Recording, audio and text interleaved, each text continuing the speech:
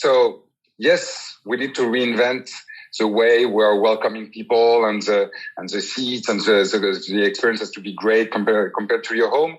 But the idea that premiumization is a solution, we just really don't like the idea. For historical reason, cinema and movie going is the cheapest, and as for us, has to stay the cheapest way of getting out and going out, and it has to be a popular experience.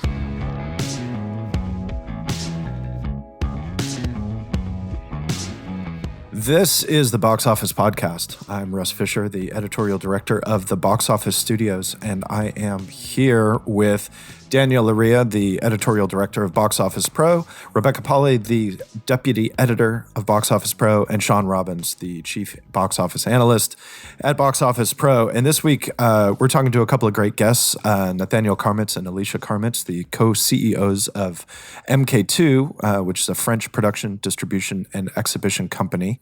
We're also going to talk about forecast for Black Widow, which opens this coming weekend.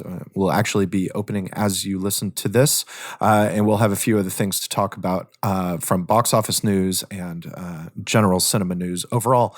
But first, Rebecca, please tell us about our sponsor this week. This episode of the Box Office Podcast is brought to you by Box Office Live Sessions, the industry webinar series hosted by Box Office Pro. Join us on Tuesday, July 13th at 9 a.m. Pacific, noon Eastern, for our next live webinar, where we'll be discussing the role of premium format auditoriums in the global cinema recovery. Presented by D-Box and ICE Theaters, our panel will feature a presentation by research firm Omdia and a roundtable with executives from AMC Theaters and Cinemark Latin America. Register on boxofficepro.com by clicking on the Live Sessions tab on the top left corner of the page, or check out the registration link in the episode description below. Daniel, I know you've been putting a lot of work into getting this live session together, and it looks like it's going to be a really good, informative panel on something that's really important, especially now. Yeah, it's going to be, I think, an interesting conversation around these premium formats. And by that, we mean everything from, say, IMAX screens to immersive seats. I think even some VIP auditoriums, we can start looking at that as a VIP format, right?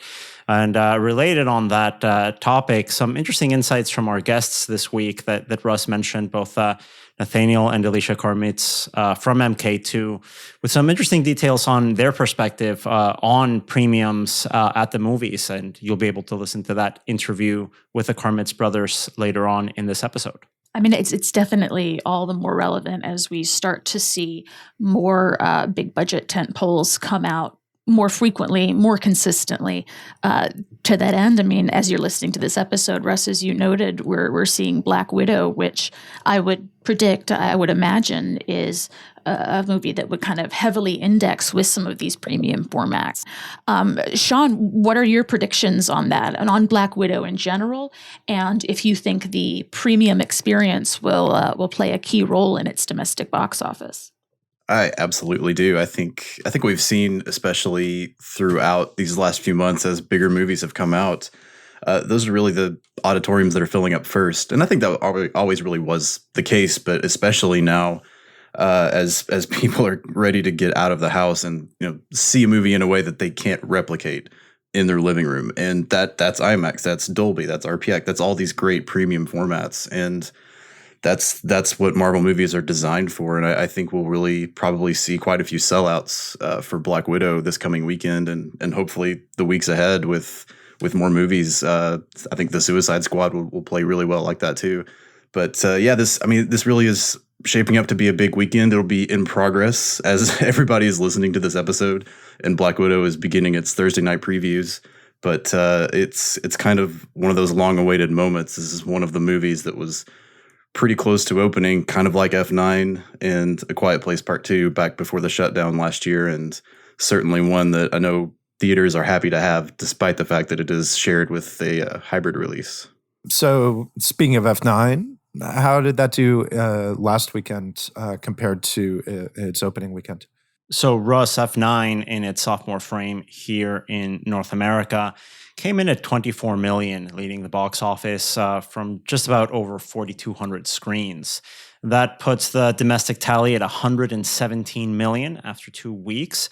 Globally, I believe we're about to hit the 500 million mark worldwide for F9, which is a great milestone, obviously, for a Hollywood title as we emerge slowly from this pandemic. And to just recap last weekend's box office, it was Universal finishing off on the 3 podium positions here. The Boss Baby sequel coming in on second place with 17.3 million, despite opening day and date on streaming platform Peacock, and The Forever Purge opening with 12.7 million. So good news from the market as we get everything ready, Shawn, for what we're expecting to be, is it fair to say, the biggest weekend up to this point? I mean, can you walk us through this, Shawn? What is and what isn't at stake this weekend with the debut of Black Widow? So I do think we have to be cautious and careful in looking at what Black Widow does, because this is still a Disney Marvel movie that is not exclusive to theaters. I think despite that, it's still in a position where we can see the biggest weekend we've had yet on the domestic side of things in regards to pandemic era box office. It's very clear that this is a movie that will probably have some people that still choose to watch it at home, but a very significant number of people are going to go out and see this with an audience, because that's what Marvel movies have always been designed for. Especially, we've seen the last couple of years these YouTube videos of Endgame opening night audiences and the reactions to scenes in those movies. And that's kind of become like a cultural touchstone. And Marvel for this themselves franchise. sharing that video in their big Phase 4 announcement. I mean, it's not something that they're not appreciating and selling too. Yeah.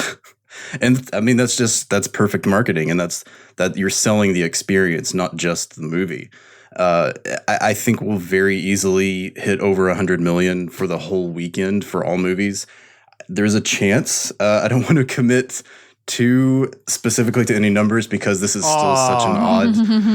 Just give us a range. Can we do a range? Yeah, our range.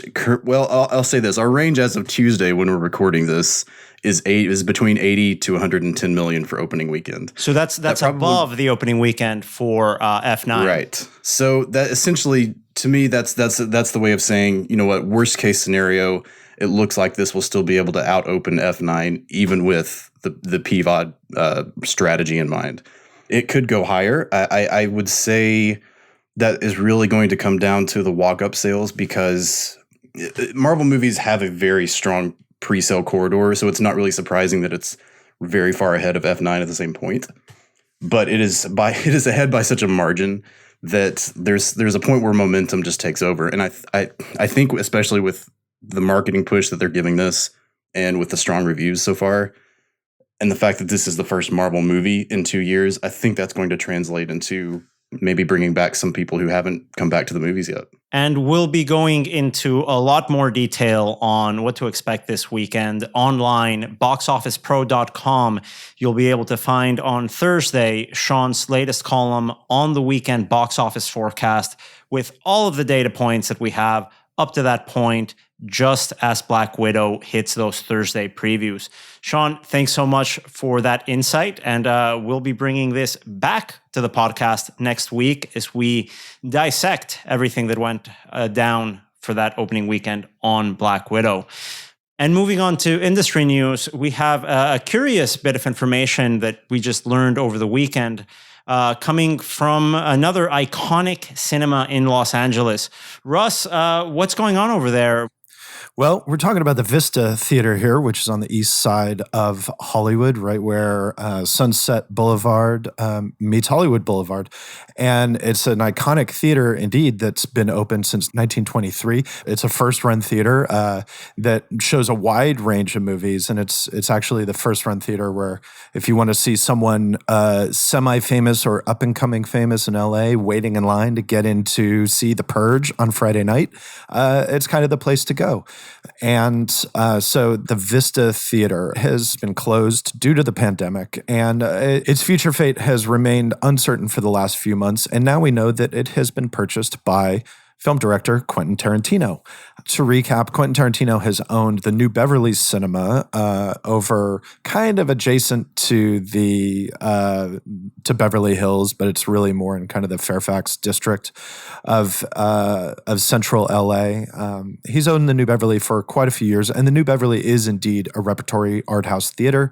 It plays entirely movies on film, primarily 35 millimeter, primarily sourced from Quentin Tarantino's own collection of prints.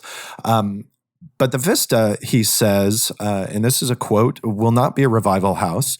He says, we'll show new movies that come out where they give us a film print. We'll show new stuff so that where they give us a film print is kind of an interesting part. Now, that being said, so the Vista has a long theater. It's built on the same site, basically, that was the site of the infamous giant set for D.W. Griffith's film Intolerance, which was built in the late 19-teens.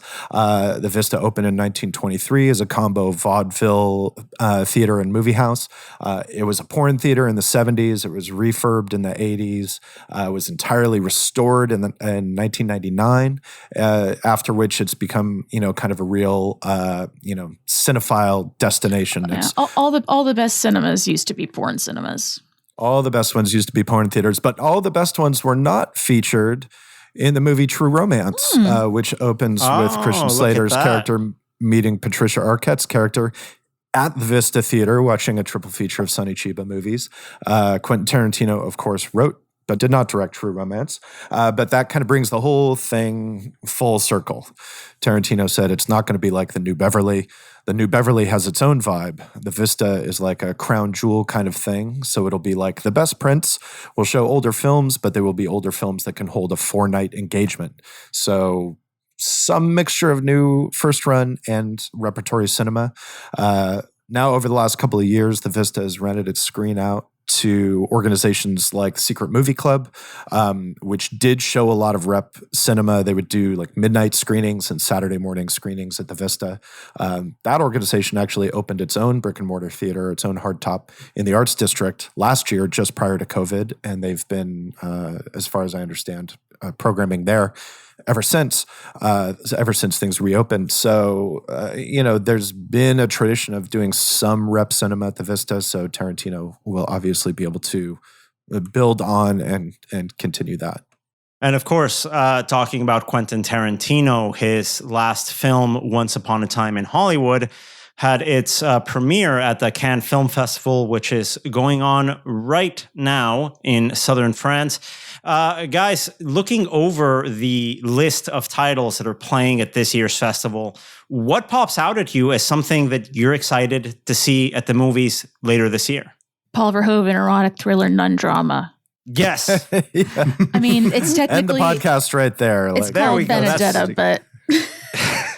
Untitled Paul Verhoeven erotic thriller nun drama. Yes. Or Benedetta if you're being technical. But I'm thrilled for anything Verhoeven. I never know what that freaky little so-and-so is going to bring to the cinema screen, but I know I want to see it. Yes. Maybe there's bugs. Maybe there's a robot with a gun in there. We don't know. It doesn't matter. There's going to be some sort of Jesus allegory, and we're all going to be into it after 2.5 hours. Maybe it's just Isabelle Huppert with a knife. It doesn't matter. Like, it could be anything. It's a joy. Yeah. You can't wait. We also have some new films from directors Kogonada and Hamaguchi Ryosuke. Those two men did 2 films that I quite liked a few years back. Columbus on the art house scene, and then a film called Asako 1 and 2, which I caught at the Fantasia Film Festival up in Montreal. I don't know if you'd call them up and coming at this point. They definitely both have some films under their belt. But, I really love film festivals and Cannes in particular to get me some of that international goodness that I might not have heard about otherwise, because not all of these films get picked up for domestic distribution. So I'm excited for those 2. Hope I get a chance to see them. And that Hamaguchi title is the one that I'm really looking at, Rebecca. I'm a big fan of his movie Happy Hour, which is a trilogy of films that was released in 2015 here in the US. I actually saw that during the pandemic. It was one of my pandemic long watches that I started just deep diving into. The new title that Hamaguchi is taking to Cannes this year is called Drive My Car. It's an adaptation of a Murakami story. And I'm a huge fan of Murakami's writing as well. I'm really excited to see how this adaptation works out. The last Murakami adaptation to play at Cannes was actually Lee Chang-dong's Burning, which for my money, I hope it's not hyperbolic to say, for me, it was the best movie of the last decade. I absolutely loved the last time we brought a Murakami story to the big screen at Cannes. Maybe a high bar, a lot of expectations for this title to come in, but I'm quite excited as you are for that one. We got to highlight Annette, the Leo Corral movie, the new movie from the director of Holy Motors, which is a musical featuring Adam Driver and Marion Cotillard, with music by Sparks, who's the band which is the subject of the documentary film The Sparks Brothers by Edgar Wright, which just opened recently. Basically, anything Corral does, I want to see immediately, and this is no different, especially when you put all of those factors together. There's Red Rocket, the new Sean Baker movie, filmmaker behind Tangerine and the Florida Project. Really interested to see what happens there. Titan, the new movie by the director of Raw. And then finally, for me, this is maybe a movie exclusively for me, but Tilda Swinton stars in Memoria as a woman who suffers from exploding head syndrome. The Cronenberg connection. I knew you'd bring that up. You had to bring the Cronenberg link somewhere. Perhaps we could just call the movie Exploding Head Syndrome. A lot more people will see it, but this is evidently a real thing in which people hear, loud banging, exploding noises. Their heads don't actually explode. It's not really a Cronenberg movie, but it's the new movie from Thai director Apachapong Rasakul. Shawn, do you have any? Oh, I didn't know if there was more. I mean, really, the most well-known, I would say at this point on the list to me is Wes Anderson's French Dispatch, which I've been looking forward to for a long time. I know you guys have talked about it too. It's really, to me, every year, I think every festival like this it's exciting to me because it's an opportunity to learn about all of these movies we don't really hear discussed on a day-to-day basis in the industry. And it's a good preview of what the end of the year usually is during that lead up to the Oscars. And so it's kind of that discovery process to me more than just any one single movie that I think I'm looking forward to. Totally, Shawn. I think the influence of this film festival is just massive when we look at the movies that get released in that second half of the year, right? As we approach the fall, winter months, as the Oscar campaigns start revving up, it's a great opportunity to see things that really haven't been in our radar. And one of those companies that have played a big role in getting these films at the festival, distributing them in several different markets, is mK2. And that leads us in to our interview segment with mK2 co-CEOs Nathanael and Elisha Karmitz, who joined me for a conversation just as they were about to leave for Cannes. It was a very interesting discussion, and to situate our listeners on the role that mK2 plays in French cinema culture, it's quite interesting. I think from a branding perspective, at least, let's start there. mK2 is a production company, a distribution company, and an exhibition circuit specialized around the culture of movie going. So to give you an example of equivalence here in the US market, imagine the brand appeal of Alamo Drafthouse on the exhibition side, a distributor like A24, and let's say a home entertainment player like the Criterion Collection, all wrapped up in one company. That's a long way of saying curation is a huge part of mK2's identity. And it's something they've really grown through since being founded in the mid-1970s by Nathanael's and Elisha's father, Marin, who himself is a notable producer responsible for a number of great films. For example, just to name one, he was the lead producer behind Krzysztof Kieslowski's Three Colors trilogy in the mid-90s. A great series of films, a great career. And that really runs through the family tree in the Karmitz family. Their exhibition circuit, quite interesting. They have a number of locations in France. They actually have a higher screen count in Spain. So they have experience in knowing what different audiences in different markets like. So without boring everyone too much with his introduction, let's just jump right in. Nathanael, Elisha, thank you so much for joining us today, right before you head out to Cannes. Let's start right at the beginning to situate our listeners here in the United States that may not be familiar with mK2. Could you tell us a little bit of everything that you guys have been doing as a company really since the mid-1970s when the company was founded? Thank you for having us. mK2 is a family business funded by our father in 1974. We now run the company with my brother Nathan. We have three main departments at mK2. First one is mK2 Cinemas. We're cinema exhibitors. We have cinemas in France and in Spain. It represents 26 cinema rooms, 100 screens, and approximately in between 9 to 10 million tickets per year. We have a second department called mK2 Films. We are an international distributor and co-producer. We also have a catalog of about 800 movies, going from Charlie Chaplin to Xavier Dolan to Krzysztof Kieslowski to Claude Chabrol or to Abbas Kiarostami. And regarding international distribution, we also represent in between 15 to 25 new movies each year. Most of them being shown for the first time in the biggest film festival. This year in Cannes, we have 9 movies in competition. So this is really what we do as an art house indie boutique. And our last business unit is called mK2 Plus. It's a communication department where we mostly produce some cinema events, and also a department where we do some operation where we relate brands to cinema, either for our network or specifically for the brands when they want to connect with cinema audience or cinema talents. We're trying to be on these three fields. And as part of the history of mK2, also just to give you a little bit of background, the company was founded in 1974. The first cinema was called 14 Juillet Bastille, opened on the 1st of May at Place de la Bastille. And we opened this first cinema with a bookstore. And it used to be a cinema where already at this time we had a lot of screening with debate, with a lot of big political engagement in the cinema. So this was the first way of the company to exist, and we definitely relate to our story. And we have to say that the company is still an indie company, completely family owned. So which is also something that is very rare nowadays.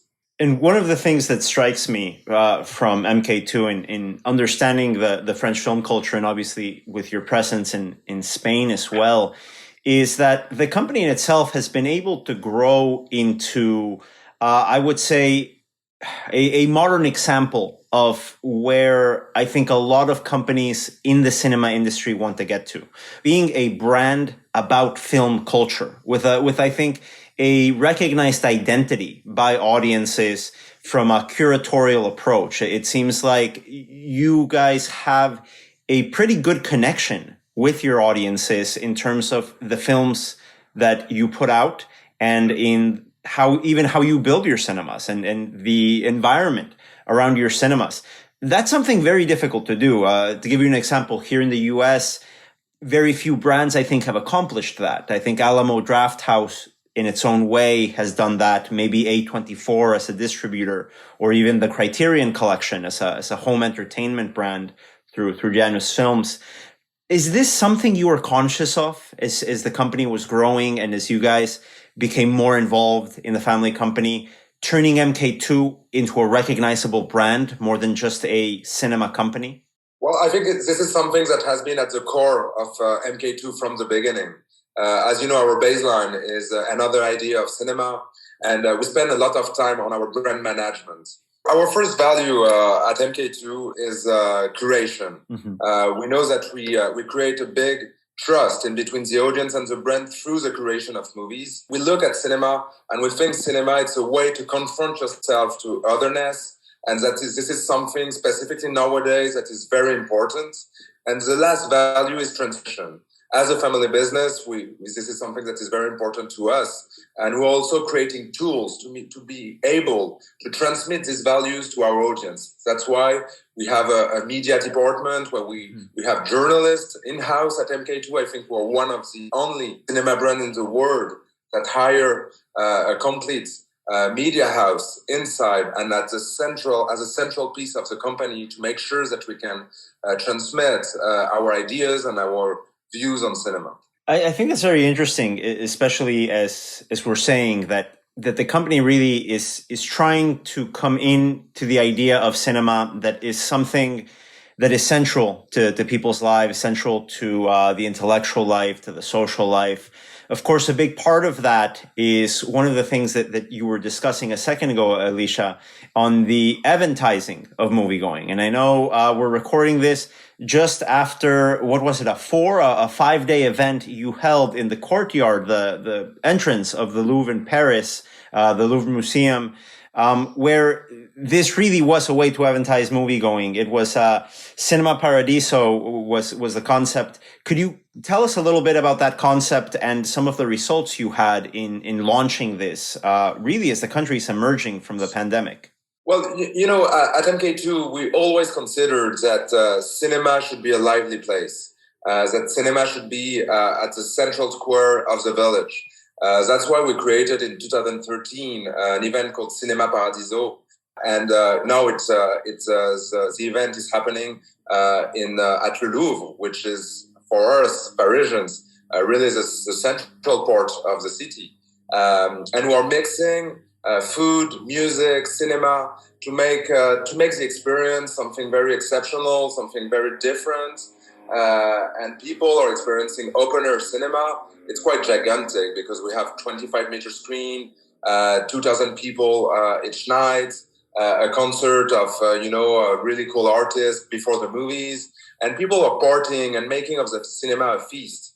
And it's also a way to share our passion, and also a way for the people to experience it differently. And it creates another relationship to the brand. And this is also related to a brand we just launched during the pandemic called Hotel Paradiso, that just opened in March of 2020. And it's the first cinema hotel in the world. It's already difficult enough to run a cinema during a pandemic. You decided to make it even more difficult by making a hotel that is cinema themed coming out of a pandemic. How was that experience in opening this concept? What is sometimes difficult to understand looking from the US is that France and French have a different relationship to the movies. First, it's not just entertainment, it's culture. It's in the cultural field. Secondly, when we say we curate, is that France has two characteristics. First is that we have a strong local market. So French movies are really strong, between 35 and 40% market share. And also, and especially at mK2, the market share of the other movies, when I say other, it's not from the US and not from France, is one of the highest in the world. It's between 10 and 15%. So this use of seeing movies from all over the world is anchored in our cultural life and relationship to cinema, and especially at mK2 and in the relationship of our audience. So when we try to rethink one of our cinema, which is neighborhood cinema, old 100-year neighborhood cinema called mK2’s, we had some square meters to use, and we thought, what can be a next level of experiencing cinema? And that's where the idea 7 years ago of hotel cinema came up, where we created this building where you have a 6-room regular neighborhood cinema, from a large theater of 230 seats to a very small one of 17 seats, and 36 rooms with 2 special suites where you have 2 real screening rooms in your room. So when I say this, you have six rooms downstairs and number 7 and number 8 in your room, in the 2 suites of the cinema. And in all the rooms, you have a more than desirable home cinema with a free screen, 3-meter base screen and a laser projector with a especially curated programming every week by our team, plus an access to 10 different SVOD platforms, plus 2,000 DVDs, including the whole Criterion collection and the mK2 DVD collection, a rooftop with a cinema, outdoor cinema, starting at 10:30 in the evening.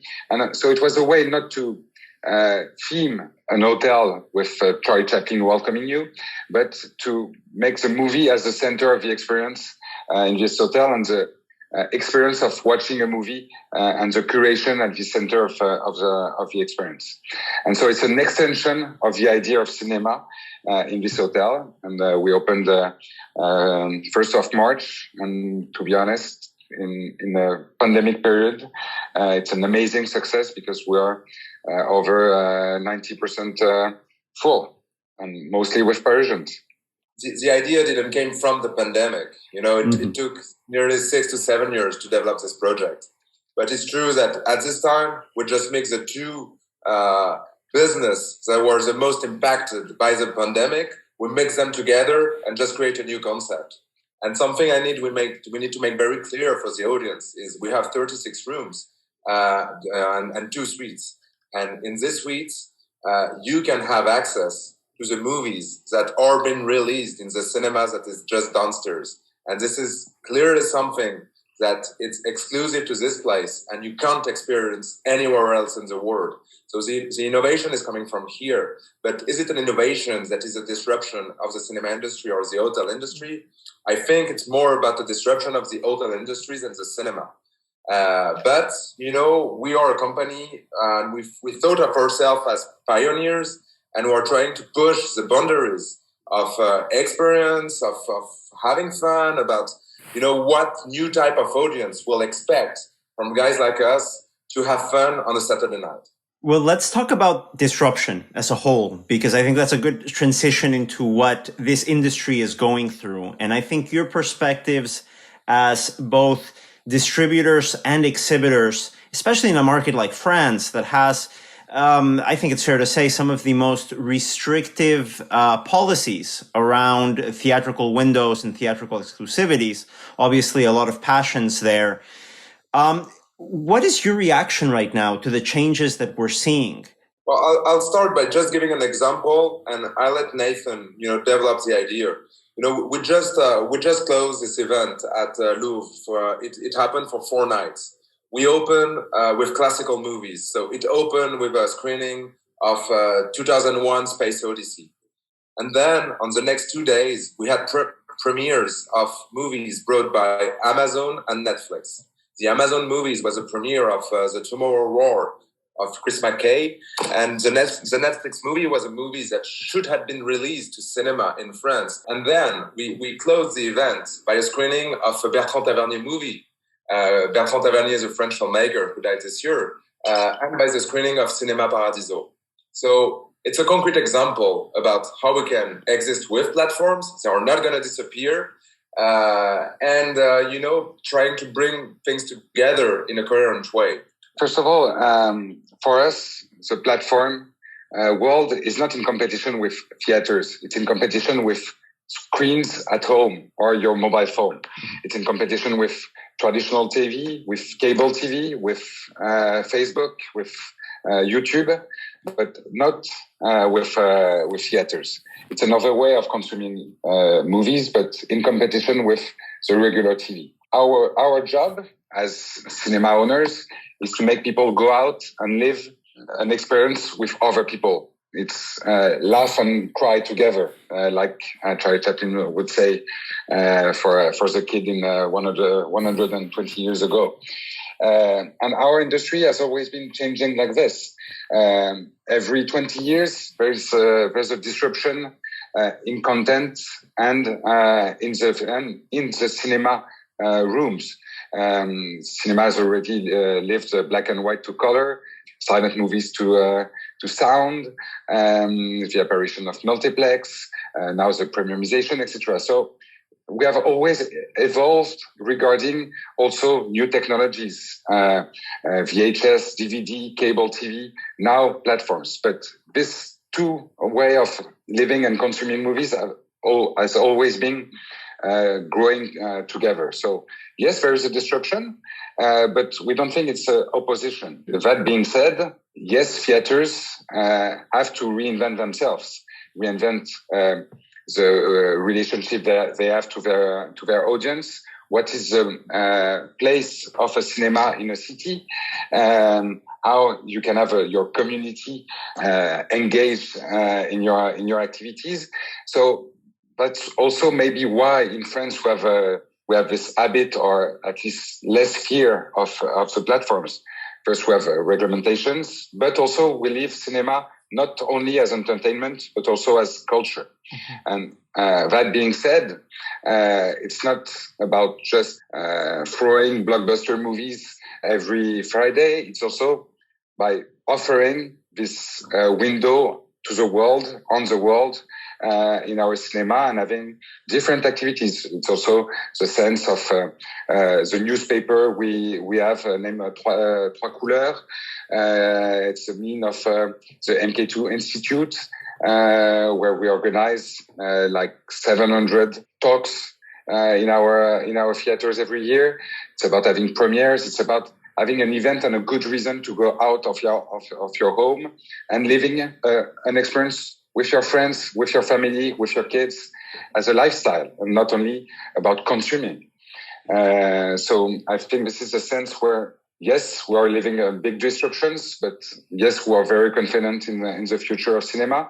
But there are huge target to be achieved in the next few years about reinventing our job and our places. There are different cinema concepts that seem to work in different countries. What I mean by that is the dine-in cinema trend is very popular here in the United States, where you go and there's restaurant service and there's programming around, let's say, alcohol drink specials.